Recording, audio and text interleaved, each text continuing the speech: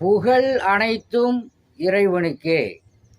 இரண்டு கைகளால் பாவம் செய்யக்கூடிய மக்களை பார்த்து கொண்டிருக்கக்கூடிய வல்ல இறைவனை போற்றி புகழ்ந்து, நமது தலைவர் நபி ஸல்லல்லாஹு அலைஹி வஸல்லம் அவர்களினுடைய துவா பரக்கத்தினாலும் யூடியூப் நண்பர்களுக்கும் ஃபேஸ்புக் நண்பர்களுக்கும் அஸ்ஸலாமு அலைக்கும் வரஹ்மத்துல்லாஹி வபரகாத்துஹு.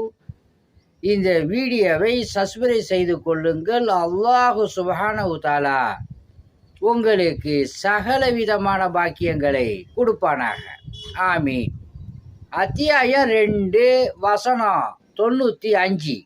ஆனால் அவர்களின் கரங்கள் முற்படுத்தி வைத்த தீயவற்றின் காரணத்தால் அதை அவர்கள் ஒருபோதும் விரும்பவே மாட்டார்கள்.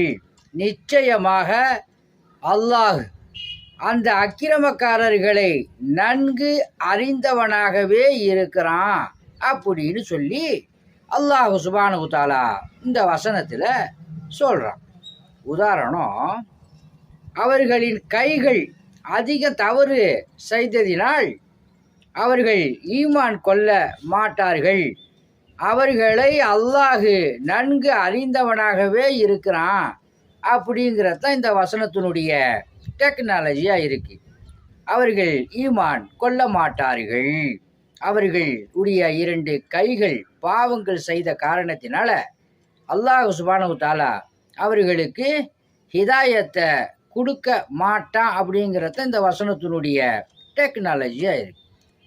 அல்லாஹுடைய மாபெரும் கிருபையை கொண்டு உங்களுக்கும் எனக்கும் ஹிதாயத்தை கொடுத்து நேரான வழியில் நம்மளை செலுத்துவானாக என்று சொல்லி எனது சிறிய உரையை முடிக்கின்றேன்.